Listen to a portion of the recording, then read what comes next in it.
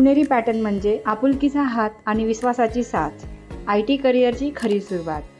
त्यामुळे आमच्या चॅनलला आत्ताच सबस्क्राईब करा.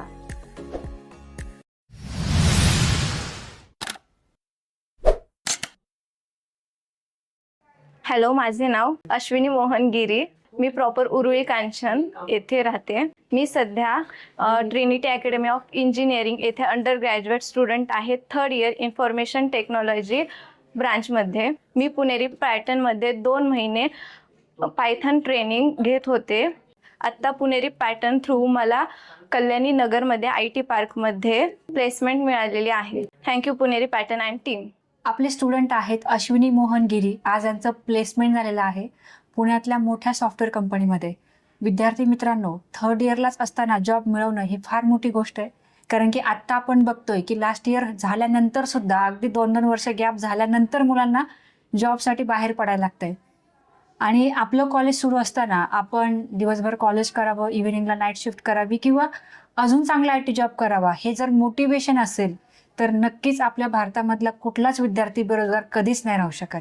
चला तर मग आपण जाणून घेऊयात की आपले जे काही स्टुडंट आहेत तर त्यांनी किती प्रिपरेशन केलं, काय असं मोटिवेशन आहे की त्यांनी त्याच्यामध्ये इन्स्पायर झाल्या आणि त्यांना हा IT जॉब मिळाला. सो अश्विनी, आज कसं वाटतंय? खूप छान वाटते. पहिले तर तुमचं खूप धन्यवाद ह्या ऑपॉर्च्युनिटीसाठी. Thank you so much.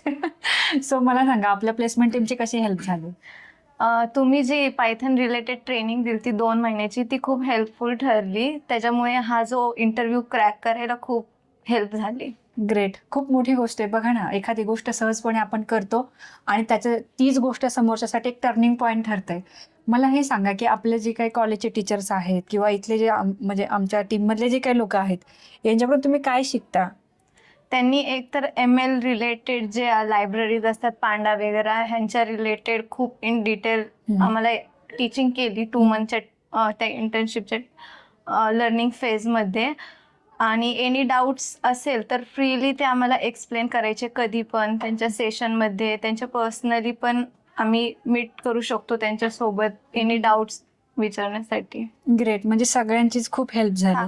मला सांगा, 3rd इयर असतानाच तुम्ही या जॉबमध्ये इन्व्हॉल्व्ह होताय किंवा जॉब करायला जाताय, काय गोष्ट मोटिवेट करते तुम्हाला?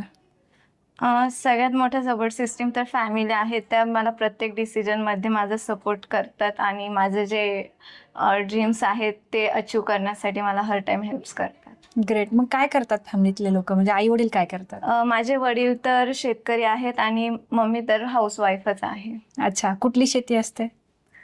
काय असतं शेतात काय असतं? शेतामध्ये ऊस, भाजी पाला वगैरे असतो. अच्छा. आणि तुम्ही एकुलते एक आहेत तुमच्या पॅरेंट्स? नाही, मला छोटा भाऊ आहे. तो काय करतो?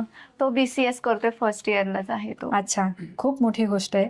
बघा ना, आपण म्हणतो की मी 2 दिवसापूर्वी जी सक्सेस स्टोरी घेतली होती, तर मला एक विद्यार्थिनी बोलली की फार्मरचं आहेत. मी म्हटलं नाही, फार्मर आहेत का?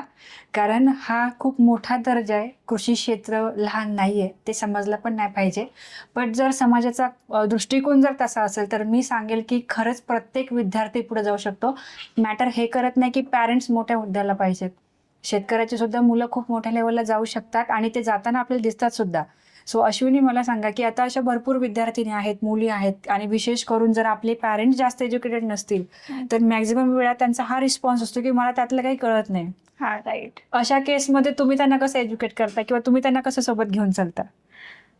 काही नाही, सोपं आहे. फक्त त्यांना असं सिम्पल वेनी समजून सांगितलं आणि मेन म्हणजे त्यांना डायरेक्ट टीचर सोबत कनेक्ट केलं तर आमच्यापेक्षा बेटर ते त्यांना समजून सांगतात. बिकॉज सेम एज लेवल असल्यामुळे आमच्यापेक्षा जास्त ते लाईक त्यांच्या लँग्वेजमध्ये त्यांना डायरेक्ट कम्युनिकेट केलं तर ते बेटर पडतं. जे की तुमच्या डिपार्टमेंट मधल्या टीचर्स लोकांनी हेल्प केली. ग्रेट. खूप मोठी गोष्ट आहे. बघा ना, की आपल्या पॅरेंट्सला जर आपली भाषा नाही कळत आहे किंवा त्यांच्यातला आपला एज गॅप जर जास्त आहे तर आपण टीचरची सुद्धा हेल्प घेऊ शकतो. बोलता बोलता किती मोठी गोष्ट आपल्याला कळाली.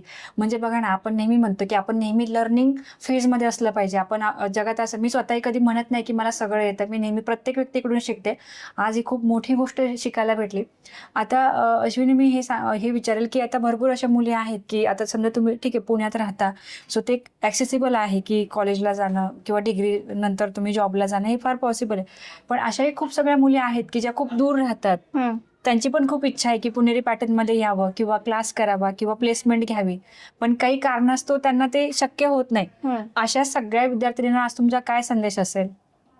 म्हणजे मी पण थोडी डाऊटफुल होते जेव्हा हे जॉईन करण्यासाठी ट्रेनिंगच्या आणि इंटर्नशिपच्या ऑपॉर्च्युनिटीच्या, बट मॅमने मला खरं तर 2 days अगोज खूप मोठं मोटिवेट केलं की थोडं आत्ता हे एज आपलं आहे ज्यामध्ये कम्फर्ट झोनच्या बाहेर यायलाच हवं, तर कुठे फ्युचरमध्ये ऑपॉर्च्युनिटी भेटती.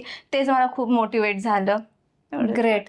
आणि एवढ्या लहान वयापासून जर तुम्ही करताय आय टीमध्ये, स्पेसिफिकली डेटा सायन्स या फील्डमध्ये जर तुम्ही आत्तापासून काम करताय, नक्कीच तुमच्या पुढच्या 5 वर्षांचं करिअर हे खूप डेव्हलप झालेलं असेल. सो अश्विनी, आमच्या पूर्ण टीमकडून तुमचं फार फार अभिनंदन. थँक्यू.